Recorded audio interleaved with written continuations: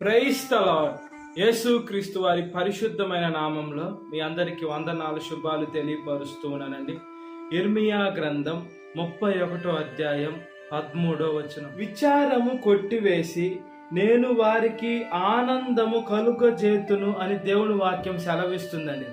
మన బాధలు, మన కష్టాలు, మన ఇబ్బందులు అన్ని దేవుడు కొట్టివేస్తారని దేవుడి వాక్యం సెలవిస్తుంది. అంటే మనకి ఈరోజు పునరుద్ధానపు దినము కాబట్టి మన బాధలన్నీ దేవుడు కొట్టివేస్తారని దేవుడి వాక్యం సెలవిస్తుంది. ఆయన సిలువలో మనము బలి అవ్వాల్సింది దేవుడే బలి అయ్యాడు. మన కన్నీళ్లు దేవుడే ఏడ్చాడు.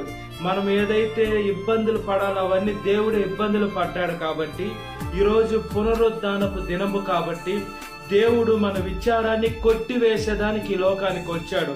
మన బాధలు కొట్టివేసేదానికి, మన శ్రమలు కొట్టివేసేదానికి, మనల్ని పరిశుద్ధతలోకి తీసుకొని వెళ్ళేదానికి, మనల్ని సర్వసత్యంలోకి తీసుకొని వెళ్ళేదానికి, మనకి దేవుడు ఆత్మనిచ్చేదానికి దేవుడు ఈ లోకంలో ఎంతగానో ప్రయాసపడుతున్నారండి.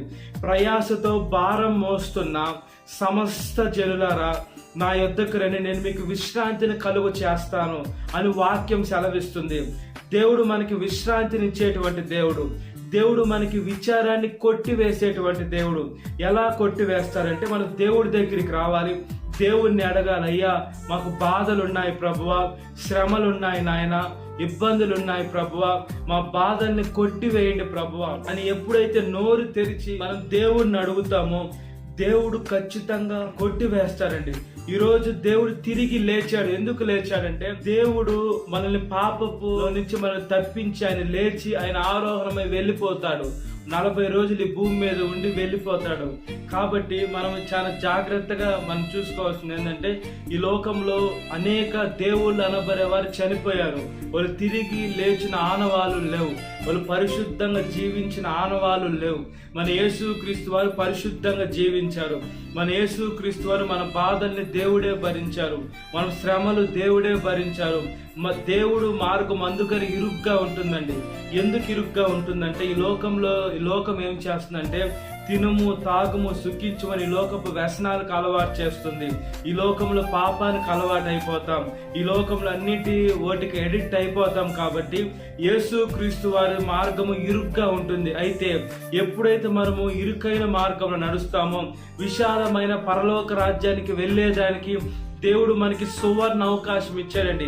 దేవుడు ఈ లోకానికి వచ్చింది మనం పరలోక రాజ్యానికి ఇచ్చేదానికే.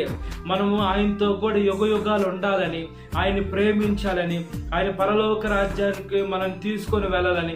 అంటే మనం పరలోక రాజ్యానికి వెళ్ళాలంటే పరిశుద్ధులే వెళ్ళగలుగుతారు. ఎందుకంటే ఆయన ఉండేది పరిశుద్ధులైన దేవుడు కాబట్టి ఆయన బిడ్డలుగా మనం పరిశుద్ధులుగా పిలువబడితేనే మనం పరలోకానికి వెళ్ళబడతాం.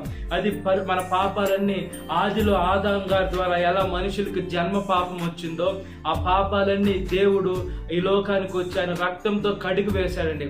పాత నిబంధనలు చూసుకున్నప్పుడు బలులు ఉంటాయి. ఈ లోకంలో క్షమాపణ అంటే పాప పరిహార్థ బలులని అనేక బలులు ఉంటాయి.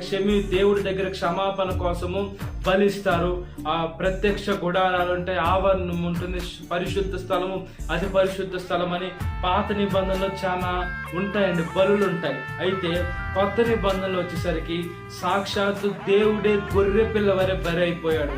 ఆయన రక్తాన్ని మన ప్రతి ఒక్క మానవాళికి కడిగేదానికి, ప్రతి ఒక్క మానవాళిని పరిశుద్ధ పరచాలని యేసు క్రీస్తు వారి లోకంలోని ప్రతి ఒక్క మానవాళి పాపం అప్పుడు ఉండేటువంటి వారి గురించి, తర్వాత ఇప్పుడు మనం వచ్చినప్పుడు మన గురించి ముందుండేటువంటి వారు వాళ్ళందరి కోసము దేవుడు ఒకే ఒక బలి నరబలి అయిపోయాడండి. ఈ లోకంలో ఆయన ప్రజలు ఇశ్రాయేలీలు జనాంగమే దేవుణ్ణి ఎంతగానో బాధ పెట్టారు, ఇబ్బంది పెట్టారు. అయినా కూడా తండ్రి వీరేం చేయించున్నారో వీరు ఎరుగురు గనుక వీరిని క్షమించండి అని దేవుడు మొదటి మాట అన్నాడు. ఆ ఇద్దరు దొంగల్లో కూడా ఒక దొంగ మారు మనసు పొందుకుంటే నేడు నీవు నాతో కూడా పరదేశిలో ఉండు అని దేవుడు చెప్తాడు. అదే విధంగా అనేక 7 మాటలు దేవుడు ఆయన బిడ్డలతో చెప్పి ఉన్నాడండి. అంటే మనం చాలా జాగ్రత్తగా మనం ఆలోచించుకోవాల్సింది ఏంటంటే దేవుడు ఆయన బాధని ఆయన వదిలిపెట్టేసి మన బాధని దేవుడు పట్టించుకుంటున్నాడు. అంటే సిలువలో ఆయన ఎంత బాధపడుతున్నాడు, ఆయన ఎంతగా తిడుతున్నారు, కొడరాలతో కొడుతున్నారు, దేవుణ్ణి నానాక మాటలు అంటున్నారు అన్నా కూడా అవన్నీ ఆయన ఆలోచించలేదు. దొంగ క్షమాపణ అడిగాడు. ఆ దొంగని నువ్వు నాతో పరదేశంలో నిశ్చయంగా ఉంటావని జ్ఞాపకం చేసుకుంటానని దేవుని వాక్యం సెలవిచ్చింది. అంటే దేవుడు దొంగ మొరను ఆలకించాడు. అంటే దేవుడు దొంగ చింతను ఆలకించి ఆ దొంగని పరిశుద్ధపరిచాడు. అంటే దొంగకి అప్పుడు నీటి బాప్తీసం తీసుకునే అవకాశం లేదు కాబట్టి డైరెక్ట్గా ఆయన పరదేశికి వెళ్ళిపోయాడు. ఆయన మారు మనసు పొందాడు. మనము కూడా మారు మనసు పొందాలి. మన ప్రతి ఒక్క ఇబ్బందులు, మన ప్రతి ఒక్క చింత, మన ప్రతి ఒక్క శ్రమ, మన ప్రతి ఒక్క ఇరుకు, ఇవన్నీ ఎప్పుడైతే దేవుడికి మనం సమర్పిస్తామో, దేవుడి చేతుల్లో మన భారాన్ని పెడతామో, మన జీవితం దేవుడి చేతుల్లో పెట్టాలండి. మన చేతుల్లో పెట్టుకుంటే ఉపయోగం ఉండదు. లేదా మన తల్లిదండ్రులు ఉపయోగించలేరు, ఈ లోకంలో మనుషుల దగ్గర ఉపయోగించలేరు. మన జీవితాన్ని ఎప్పుడైతే మోస్ట్ రెస్పాన్సిబుల్ పర్సన్ అని దేవుడి చేతుల్లో పెడతామో, ఆయన మన బ్రతుక్కి దేవుని నావికుడిగా మనం చేసుకుంటామో, ఆయనైతే ఆ నావని కరెక్ట్గా నడుపుతాడండి. సుడిగుండాలు వచ్చినా, గాలి తుఫాన్ వచ్చినా, లేదా ఈ లోకంలో అనేక అలలు వచ్చి ఆ ఓడ మీద పడ్డా కూడా ఖచ్చితంగా మనకి ఏమి కాకుండా మన జీవితాన్ని ఒడ్డుకు చేర్చగల సముద్రుడండి యేసుక్రీస్తు వారు. కాబట్టి మనం దేనికి భయపడకూడదు, మనం దేనికి చింతపడకూడదు. మనము మన శరీరం బాగోవాలని ఆయన రక్తాన్ని చిందించాడు. ఆయన గాయాల చేత మన భౌతికమైన శరీరాన్ని స్వస్థత వస్తుంది. ఆయన గాయపడిన హస్తం తాకితే మన గాయంగా ఉన్నటువంటి మన హస్తము స్వస్థత పొందుకుంటామని దేవుని వాక్యం సెలవిస్తుంది. దేవుడు నోటి వాక్కు చేత మనని స్వస్థపరచగల సమర్థుడు. ఆయన ఊపిరి తగిలి, ఆయన వస్త్రం తగిలి అనేక మందిని స్వస్థత పొందుకున్నారు. ఆయన్ని వెంబడించిన శిష్యుడైన పౌలు గారి వస్త్రం పట్టుకొని కూడా దేవుని మహిమ వలల్లోకి వెళ్ళి స్వస్థత పొందుకున్నారు. అంటే దేవుడు మనల్ని స్వస్థపరిచేటువంటి దేవుడు, దేవుడు మనల్ని నడిపించేటువంటి దేవుడు, ఆరోగ్యాన్ని, బలాన్ని, శక్తినిచ్చేటువంటి దేవుడు, మన చింతంతా కొట్టివేసేటువంటి దేవుడు యేసుక్రీస్తు వారు. కాబట్టి ఈ లోకంలో మనుషుల గురించి, వాళ్ళ గురించి, వీళ్ళ గురించి ఆలోచించి మనం టైంని వేస్ట్ చేసుకోకుండా మనము మనకిచ్చిన దేవుడి సమయాన్ని మనం ఉపయోగించుకోవాలి. మనం సర్వలోకానికి వెళ్ళాలి, సర్వ సృష్టికి వెళ్ళాలి, సువార్తను ప్రకటించాలి. మీ చింతలుంటే దేవుడి దగ్గర ఇవ్వండి, దేవుడు ఖచ్చితంగా తీరుస్తాడని చెప్పాలి. కానీ దేవుడి దగ్గరికి వస్తే చింత లేవంటే చాలా అబద్ధం అండి. ఎవరు చెప్పినా నమ్మద్దు. దేవుడే శ్రమలు అనుభవించాడు, మనకు కూడా శ్రమలు వస్తాయి. సేవ అంటే చావుతో సమానం. ఆ చావుకు కూడా నా భయం లేదని ఎప్పుడైతే సేవలోకి వస్తామో, ఈ లోకంలో మనం ఒక చనిపోయినా కూడా పరలోకంలో మనం దీర్ఘాయుష్మంతులు అయ్యే కృపను దేవుడు ఇస్తాడు. కాబట్టి మనం ఆయన వాక్యానుసారంగా బ్రతుకున్నట్లుగా ప్రార్థన. మహాపరిశుద్ధ ఆత్మదేవ, మా ప్రియ పరలోకమందున్న తండ్రి, మీకు స్తోత్రం చెల్లిస్తున్నామయ్యా. గొప్ప దేవుడా, ప్రేమ కలిగిన దేవ, పరిశుద్ధమైన దేవ, సత్యదేవ, నిత్యదేవ. అయ్యా, మీ దగ్గరికి వస్తే మాకు స్వస్థత వస్తుందయ్యా. మీ దగ్గరికి వస్తే మాకు బాధ పోతుందయ్యా. మీ దగ్గరికి వస్తే మా ప్రతి ఒక్క ఇబ్బందులు పోతాయి. మీ దగ్గరికి వస్తే మా ప్రతి ఒక్క శోధన పోతుంది నాయన. అయ్యా, వాటి పైన జయం ఇస్తున్న దేవా, విజయాన్ని ఇస్తున్న దేవా. ఈ లోకంలో ఎక్కడికి వెళ్ళిన మనశ్శాంతి దొరకదయ్యా. మీ సన్నిధిలోకి వస్తే మనశ్శాంతి అనేది మీరు ఇస్తున్నారు. దాన్ని బట్టి మీ స్తోత్రమయ్యా. ఆదుకోండి, ఆదరించి, రక్షించి, చింతను తీసివేయమని అడుగుచున్నాను. ప్రతి ఒక్క యవనస్తురాలను కాపాడిన ప్రభువా. యవన వయసులో కాడి మోటి నరుడుకు మేలయ్యా. అది మోపిన వాడు యెహోవాయే. కాబట్టి దేవా, మీ కాడి మీరు మాకు ఇచ్చిన కాడయ్యా, మేము సక్రమంగా మోసేదని సహాయం దయచేయండి అయ్యా. అదేవిధంగా చనిపోయిన వారి గురించి అయితే కాదు కానీ వాళ్ళు బంధువర్గాలు, రక్త సంబంధికులు, శ్రేయభిలాషులు కొలిసిని కాపాడండి అయ్యా. వాళ్ళైతే తిరిగి రాని లోకానికి వెళ్ళిపోయారు ప్రభువా. మీలో చనిపోతే మేము కూడా మీలో చనిపోతే మళ్ళా పునరుద్ధారము మీలాగా మళ్ళీ ఒకరినొకరు చూసుకునే అవకాశం ఇస్తారు. మీలో చనిపోకుండా ఈ లోకానుసారంగా జీవిస్తే ఉండదు. కాబట్టి మీలో చనిపోయి మళ్ళీ తిరిగి లేచే అనుభవంలో ఒకరినొకరు చూసుకునే, రెండోసారి వాళ్ళని చూసుకునే అవకాశాన్ని ఇస్తున్న దేవా స్తోత్రమయ్యా. గాయం రేపేది మీరే, గాయం కట్టేది మీరే, స్వస్థపరిచి బాగు చేయమని అడుగుచున్నామయ్యా.